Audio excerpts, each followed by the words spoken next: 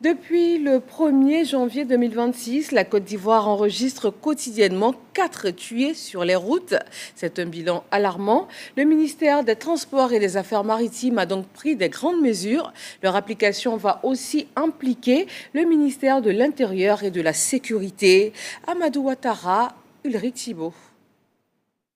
Depuis le 1er janvier 2026, la Côte d'Ivoire a enregistré 519 accidents de la route, faisant ainsi 164 tués et 1934 blessés. Préoccupé par cette situation, le ministre des Transports et des Affaires maritimes a initié une opération Tolérance Zéro. Elle est axée, entre autres, sur le défaut de permis de conduire, le défaut de visite technique et le non-port des casques de sécurité pour les utilisateurs des engins de 2 et 3 roues. Pour 2025, nous avons enregistré 1300 tués, ce qui est important. Nous avons noté malheureusement l'année dernière et cette année une reprise.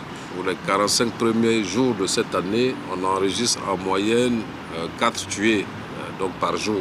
Le président de la République, pendant le CNS, a demandé à M. le Premier ministre que nous prenions toutes les mesures pour que la question de la sécurité routière puisse être considérée comme une des priorités. Démarrée il y a 48 heures, l'opération spéciale de contrôle et de répression contre les plaques non conformes des véhicules administratifs ou particuliers donne le bilan de 319 retraits selon la police nationale.